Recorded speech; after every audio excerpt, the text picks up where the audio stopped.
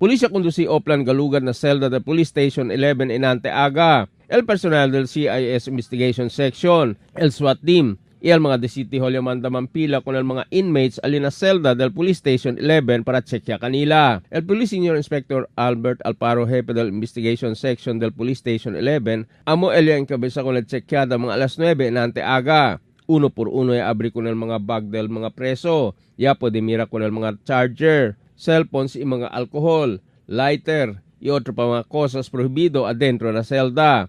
Según Alparo, el mga alcohol hindi pwede na celda, kahit na pwede usted usa para escapa. El cellphone prohibido tamen. El mga lighter, mga alcohol, consider as combustible so hindi kita kasi allow adentro. No, pwede kita sila usa con as a scenario. Posible sila lighter, sila alcohol.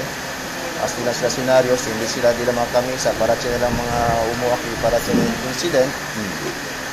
One way na pwede sila na plano nila para kaya sila man-escape. Siya mga sila dila, man-break sila chaos.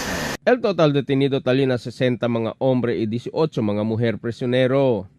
Emil Tuban, Dateline, Zamboanga.